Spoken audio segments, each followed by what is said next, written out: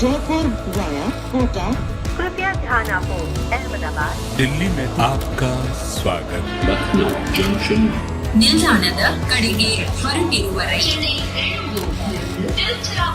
Hyderabad को 50 express পরবর্তী station Netaji ভবন कृपया ध्यान दियो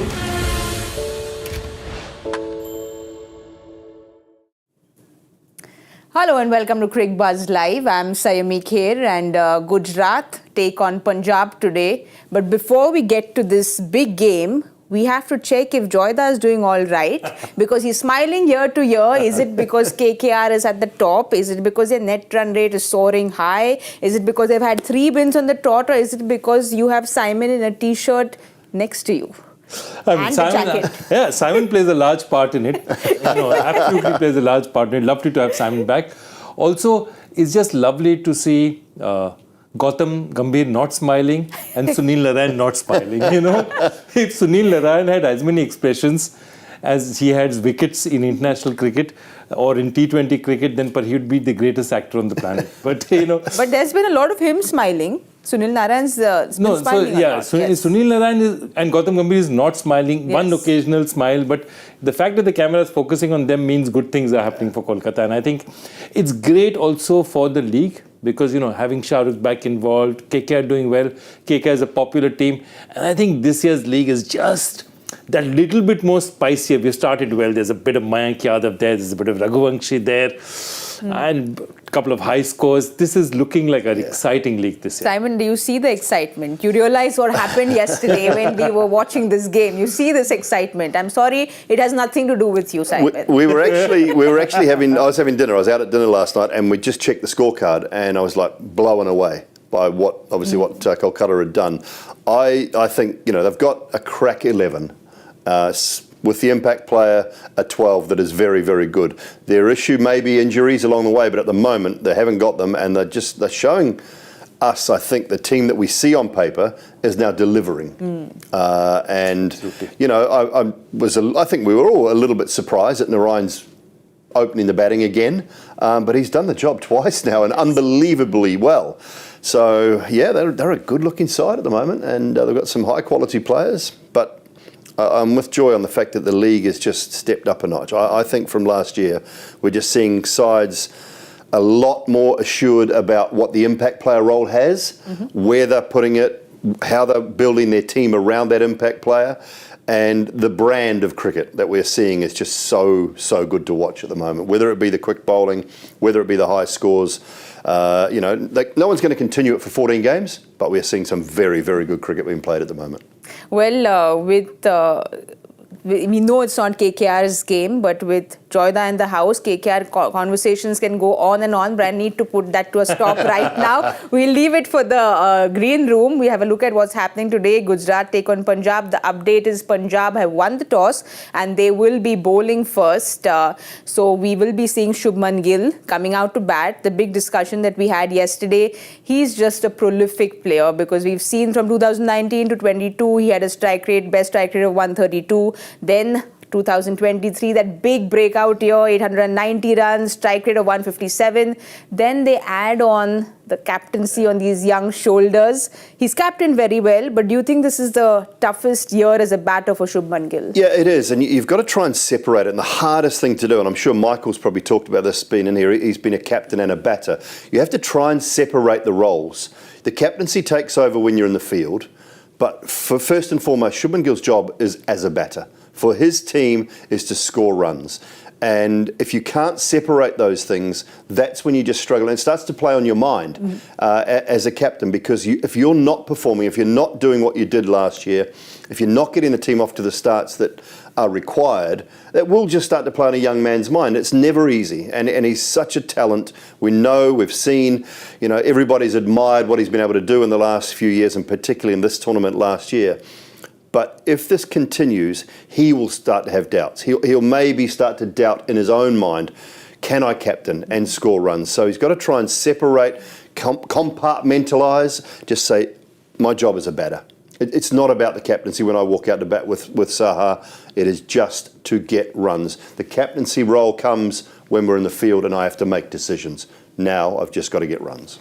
You know, he spoke about the compartments. There's another compartment of the World Cup, Joyda, because there's so much traffic up there. So is that playing on his mind? I think it is. Because one thing that, has happened over this past 1 year, and, Gill has been getting centuries. He got 2 centuries in the Test series just before. Yeah. But the one thing that has happened very clearly is that Yashasvi Jaiswal has crossed Gill as the first choice to open for India in T20 matches. I think for whatever it is, and he's got the performances at this point in time. I mean, he's not had a great start to this season, but he's still shown intent. Now, what that means is, see, the other position is locked in, which is Rohit. If Virat is going, 3 is locked in, 4, Surya is locked in. So that means even if Gill is on that plane, he's not at this point in time a first choice player. And a guy who's got 890 runs last year is not a first choice player. So those are the kind of things. Now, what happens is suddenly everything is going, everything seems to be going, but hey, there's a car that's just crossed you, and it may be temporary, but it plays on your head. It plays on your mind. At this point, he was a rising young star in Indian cricket, and I think he's now got a lot of company, which is not a bad thing at all for Indian cricket. It's not a bad thing for him in the long term, but it's obviously something playing on his mind. Well, it is a headache for selectors, and you told us you're going to be meeting the chief selector and you're going to give us some news, because Michael has already issued a ticket for Rishabh Pant. He said Michael's speaking to the travel agents. Michael said he's issued the ticket. He's like Kevin Peterson, though. He's got fingers in a lot of pies. He's probably got investment in the travel agency, I would say. That would be just Michael to a T. I haven't got Rishabh Pant on my list at the moment. Really? He's got to show a lot more for my liking to be anywhere near that side. He's got to be Rishabh Pant the batter, first and foremost, because there's any number of people who can keep as well as him. I think so. He's got to show me that he is capable of batting at 5 in the middle order before anything. But these 2 innings didn't show it to you. That's still, to me, he is still a little bit one-dimensional in his hitting. I think he's a terrific test player. I haven't seen the test sort of form transfer to the T20 form as yet. I still think he's a little bit one-dimensional leg side only. When he starts to get that shoulder around and hit the ball nicely through the offside and actually work the ball around, take singles, get off strike, rather than just try and power hit, then he becomes more of a relevant option for me. So we've got descent We've to the got ranks. two very diverse opinions. So wait a minute. So you need to make a call to the travel agent now, saying that, okay, hold on to that ticket. Yeah, because yesterday Michael said he won't watch the World Cup if there's no Rishabh Pant. Really? But is Shubman Gill on the flight? No, not yet. No. He's got a, I mean, that spot up the top. When you're taking a World Cup 15, is it 15 or 16 they're allowed? It should be 18 in my opinion. But when you're taking that side and you're picking it, you really only carry 1 extra top order batter. I think he's making the calls. No, I'm looking for Ajit Agarkar's number. You're looking for Ajit Agarkar's number. But you're probably only room for 1 top order replacement batter. If it happens to be someone like KL Rahul, who can wicket keep for you, then that is a real bonus. So Ishan Kishan, KL Rahul both keep. Correct. So that top order replacement batter, he keeps. Shubman doesn't keep. And if he can't make the side ahead of Jaiswal and Rohit and Virat at the moment, he probably doesn't go. I mean, it's a massive call, but they are great headaches to have. I'm glad it's Ajit and his crew's headache. It's not my headache, and I can just have any old opinion about it. It's great. It's terrific. I can pick his brains when we play golf, and halfway through, if he's beating me, I can just needle him a little bit. That's the strategy. Which is the way. That's all I need to be doing. Well, Simon has turned on the heat, which is why there's a need for some jaldi cooling. Let's have a look at the coolest advice powered by Crompton Air Coolers, jaldi cooling. Simon, you've really turned on the heat. But, someone who... You've got to earn your spot. Shikhar, who is leading the side and he is opening, the heat is on him as well because he's getting the runs. Because it's you, we have to talk about strike rate. The strike rate there, 133, not very impressive for an opener. No, but if he's batting long periods of time and guys around him, we've talked about this a lot, guys around him are striking at 145, 150, 160, I have no problem with that. The thing is, you've still got to be winning games. and they had a great opening partnership in the previous game. I think it was 102 with Johnny Bairstow. They were in a great position in the 11th over to chase down that high score of 199. Couldn't do it. Couldn't get the job done because he got out and they couldn't carry on. So if you're scoring at that strike rate and you win the game, doesn't matter. I've always said that. It is about winning games for your team. And if your strike rate's a bit low and you're getting out at the wrong times, you lump in a lot of pressure on the guys coming in having to strike at 13, 14 and over straight away. And that's exactly what happened in that previous game. So, yep, I'm okay with it if guys around you are striking high, and I'm okay with it if you win games. But when you get out and lump pressure on guys coming in having to score 14, 15 and over straight away, that is too difficult. Joyda, do you have some coolest advice for Shikhar? No, absolutely. Look, there are two things, okay? I go back to one is when you're chasing, the other is when you're batting first. Especially when you're batting first and you say that, okay, this is, say, today what was par was 170, 180, it now has to be 200. The par has gone up 10, 15, 20 runs, okay? The problem that Shikhar is having is he's not trusting his remaining batters. So he's batting at a particular pace. Now what happens there is, even if you bat at that pace because you don't trust and play deep, if you're reaching that 170, 180, it's no longer a winning total 9 times out of 10. So what you have to do is tell yourself, if I have to win matches, and it's exactly that, it's winnability. If you're chasing 140, of course, bat at 130, bat at 100, it doesn't matter, you need to get across. But if you're batting first, especially when you're setting targets or you're in a situation like that, you have to say that even if I bat deep, if you're not reaching 180, we're not winning this. We're not reaching 200, we're not winning this match. And that is what he has to look at and say that I therefore have to go at a particular rate, especially while setting targets. Because I cannot afford to have a situation where the others just have too much to do and we don't get across the line. Otherwise, otherwise you just end up what we call stat padding. Your stats will look good, but it doesn't work. So your advice also would be to trust the batters to follow. Trust the rest of them. Do your job. Do your job at a particular, because you're getting the new ball, you're getting two fielders, just two fielders outside.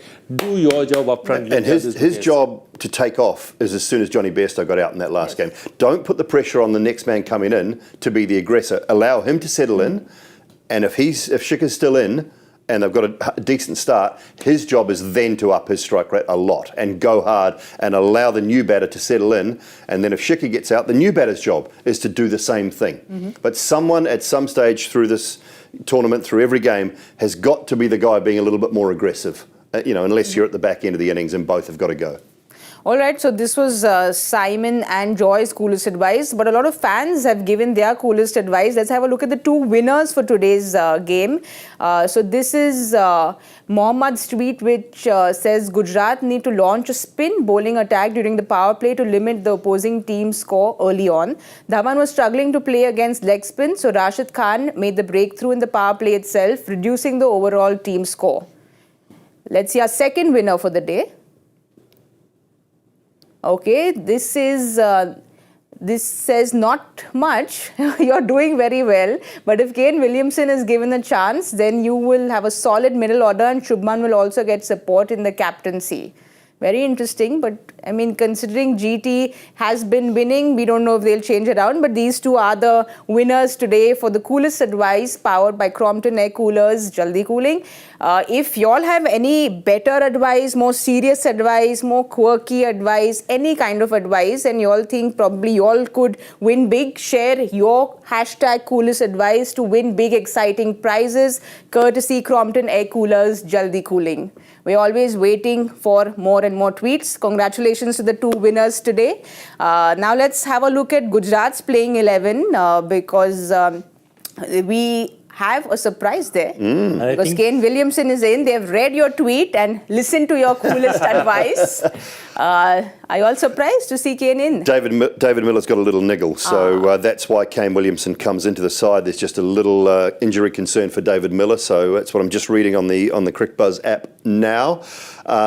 So Williamson in at 3, so slightly different role. Obviously Miller's been controlling that middle order, was brilliant in that run chase in the last game, 44 I think it was for David Miller. So he's a loss. He's a big loss in the middle order. But Kane Williamson's just that steady that steady player at 3. It probably allows Shubman Gill and Saha to be a little more aggressive at the top. And because Williamson's he's your security blanket. Absolutely, exactly. If for want of a better term, he's kind of he's that blanket that you should be able to rely on most times. So look, when injuries happen, you've got to make those changes. And I'd be interested in seeing their injury subs. Do we have their replacement players? We will get that to you as soon as it's ready, Joyda. But, when KKR plays, we have to have you in the house. But when Kane Williamson plays, guess who we get into the house?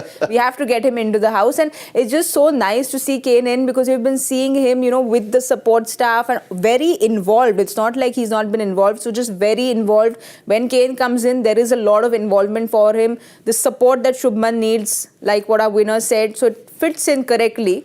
No, he fits in. Look, the truth of it is that they need Miller to be that explosive finisher.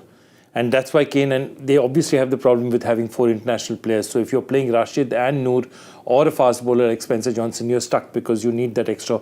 Because Omarzai is your only all-rounder in that sense who gives you both with bat and ball. Because Tewatia's bowling hasn't really been bowling for a while. So that is the situation. So he's come in circumstances which are less than ideal. But he's the kind of player who can do. I mean, look, this man has scored 735 runs in an IPL season. How many people have? So if he gets going and if he has that ability to do it, and I think very fair point made that when you have somebody like Kane Williamson, you change your game plan. Both go hard up front, knowing that there's some little insurance in their back pocket. And I think you have to tailor your game to the team you have. And with this team, hard up front is the way to go. We'll have a look at the impact subs that you've asked for. Gujarat will be batting first. So Mohit, of course, comes in because Mohit's been so good. Yeah. But, you spoke about how that gives them this freedom to go for it and be a little more attacking. Simon, do you think Riddhiman Saha, Gary Kirsten's spoken about how his role is to be attacking, and he is somebody who loves playing in the power play. He's very good in the power play. He had a good game, but he is way more prolific than what his numbers say. Do you think he needs to have that one big season? When you look at a player like Riddhiman Saha, I sort of don't need him to have a 500-run season, a 600-run season. I prefer him have a strike rate in that 150, 160 mark. And getting 30s, 35s, 40 and the odd score over 50 is good enough in this lineup for me, from a player who you're asking just to strike, just to get our power play off to a cracking start. Allow our other players, allow Shubman Gill to build his innings, whether it be Miller or Vijay Shankar, whoever it might be in the middle, or Williamson. You've just got to ask Riddhiman Saha, to me, to strike at 160, 160, 170. And if he gets 30s doing that, then I'm okay with that, because then your power play's off to a flying start. I don't think his role is to bat deep into an innings. If he does, it's a bonus at a high strike rate. But I don't think he hasn't been as successful outside of the power play. So the first 6 overs for him are the key, and try and strike at that 160, 170 mark and put the opposition bowling lineup under some pressure. Joyda, if I'm not wrong, he didn't have the best domestic season either. So he's coming in with not the best domestic season. He's been spending a lot of time in his academy that he started at Siliguri. So he's not really coming in with too much match practice, if one can say. Yeah, absolutely. He's played for Tripura, and they haven't, Tripura is not going to progress far in the tournament. They're a smaller side than Bengal. They're not, so it's not easy for him. He's 37. He's superbly fit, but injuries do catch up with you at a particular age. But he has never been. If you look at Riddhiman's career, he got that 1 century in the 2014 final at the Chinnaswamy. In 2013, he got a big one for Chennai, batting in conditions which were, it was like a rock-solid pitch. But he's never been one to score those kind of runs. And the problem is Riddhiman Saha is a hitter out and out. He can hit only if the field is in. Yeah. So the point is that he has to maximize that. And look, to his, let's be fair with him. He does whatever he can. The reason he's there in this team is, A, he's still probably one of India's best keepers. Yeah. B is he's a brilliant team man, which is very important for this side. And C is that the moment you take him out and put in Matthew Wade, your dynamics change totally. So your team composition changes immediately. You lose a bowler. So those are the reasons he's in. He's very aware. The great thing about Gujarat is everyone knows the roles they have to do. Rahul Tewatia knows what he has to do. Riddhiman knows what he has to do. And he just has to go after that 6. And this is the kind of team where nobody cares if you get out 5 times without scoring runs, as long as your intent was there and you are playing according to what the team asked you to do. He's always struck me as... Joyda has used the word. Oh, yes. Used the red card word. The red card word. But Riddhiman's always struck me as a team-first man. Totally.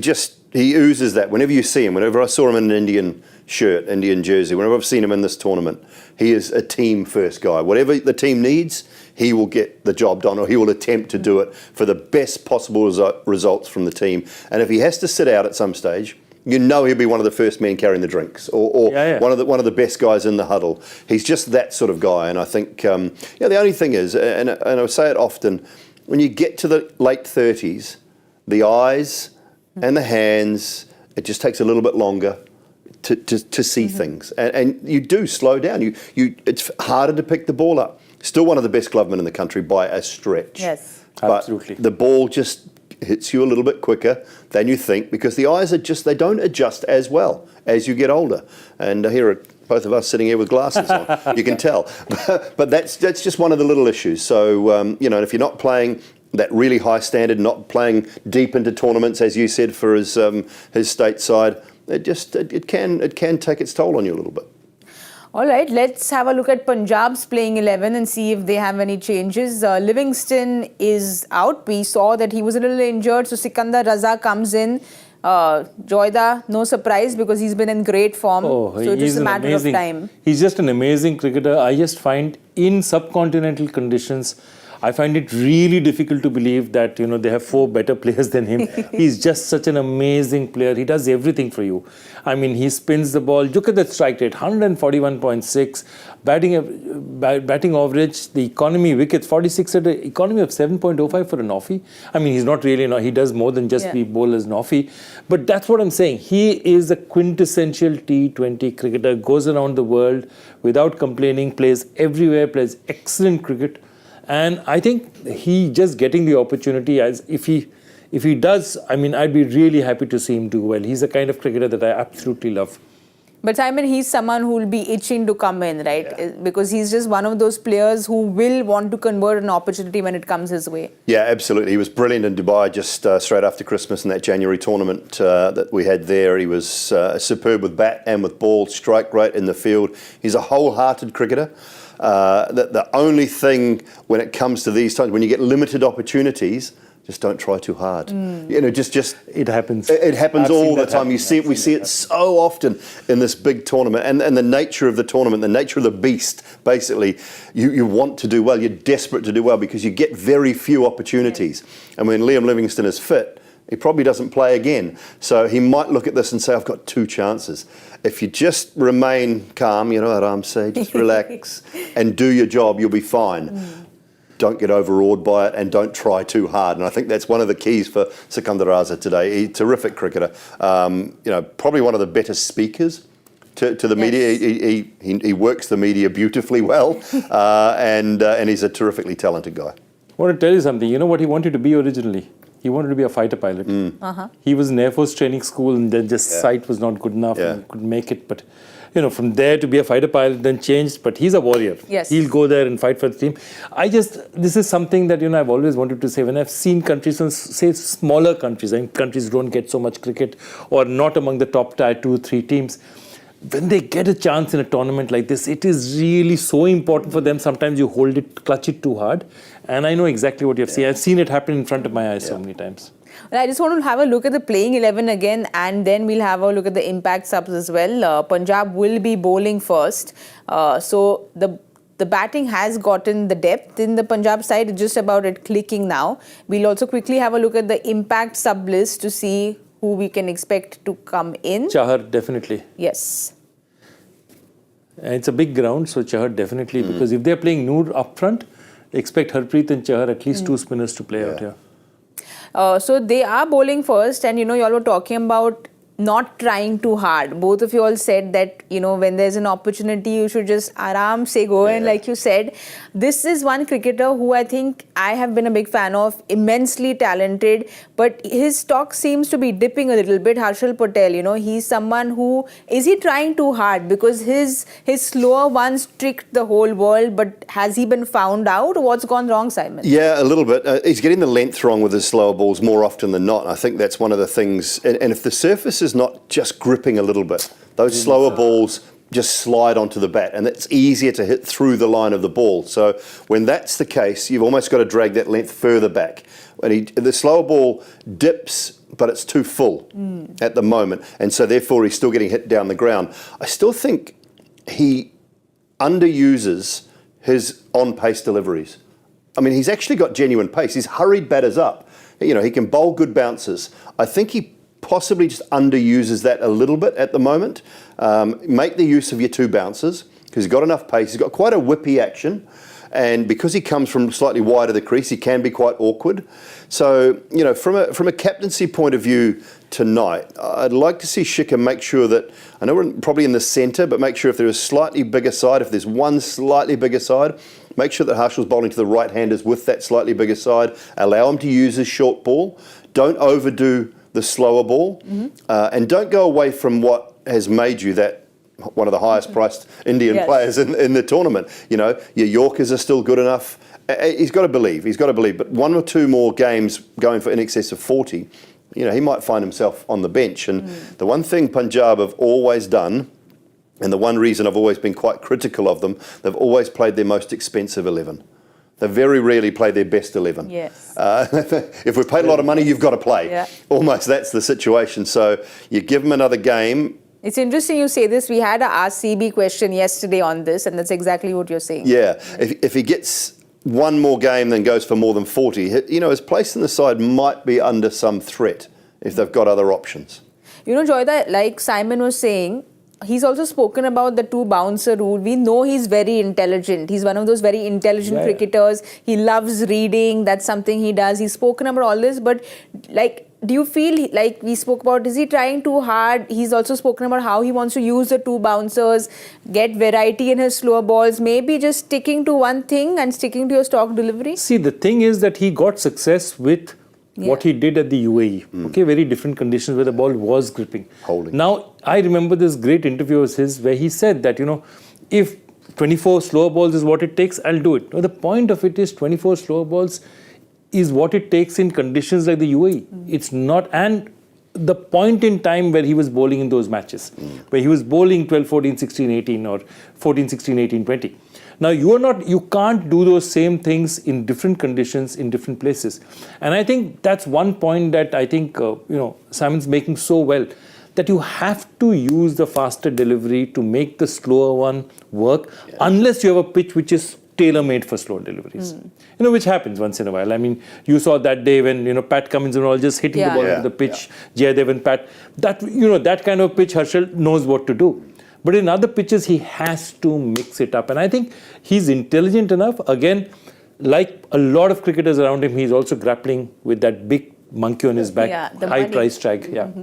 But Simon, someone like him who's seen the highs, when they're going through the lows, does one go back to your original first coach, or do you look at equation with your captain? As a bowler, where do you want to look? Who do you want to look to? You've got to have a sounding board of some sort. If it's an old coach, if it's someone you trust, to just have a chat. You don't want to clutter your mind with a whole lot of different things. You just want simple messages, and whoever is around you to provide those simple messages. Look, you don't become a bad bowler overnight. You don't become a bad bowler in 2 weeks. He's still got all the skills. It's just implementing those skills at the right time. What is he trying? What's not working? Look back over the footage from the first 3 games. Okay, what hasn't worked? Has my slower ball been too full? Because it's skidding onto the bat, do I need to set field slightly differently? Can I maybe try going wide of the crease and just maybe setting an offside field and doing something a little bit different to certain players? Those are things he needs to be that'll be going through his mind. As you said, he is intelligent. There's no doubt about that. But if you're going to go to someone you trust implicitly and just have a frank conversation, and then you've got to go out and do the job again, because these games come around thick and fast, and you don't have a lot of time to reflect or hide anywhere. Also, because I think whatever it is, I think one boundary is larger on one side, which will suit him, because if he can plan to bowl to one side of the field, which is always better for bowlers like him and Mohit, they bowl to a plan. They know that, okay, this is what their job is, to restrict it towards the end. And I think that's something that will come into play as well. All right, Joyda, we have to stick to our plans as well. And we have to answer CBSE Bhattacharya's question. All yours, Joyda. And I have an easy one. This is just an easy one. It's a slow full toss on the offside. Okay, which cricketer, as part of this year's league, is the only batter to have scored 5 consecutive T20 international 50s? That's easy. He's currently playing. Yeah, currently playing. It's part of this league. Could be a commentator. Yeah, I know. Could be a coach. I'm telling you, slow full toss. No, I'm not. Even when I'm going simple, you guys are now. But I like it. Let's confuse people up a bit. Okay, Simon, you've confused people. I don't even attempt the question, but I will think over it again. Have you bothered attempting at least? No, I could take a stab or two, but I won't try and get it away. He's being kind. Just letting it. Okay, then maybe we should attempt the prediction, because Michael's gotten extremely competitive. Yesterday, he was at the edge of his chair because he wanted to see where he's climbed the charts. So this time, the competition's very fierce. He still hasn't got a hit single. He's still languishing there. He is. But I think he's gone above you, Joyda. No, he hasn't. He went above you. No, yesterday. because the last time that we had it, you and me won, remember? Correct. But I think, Simon, you go for it.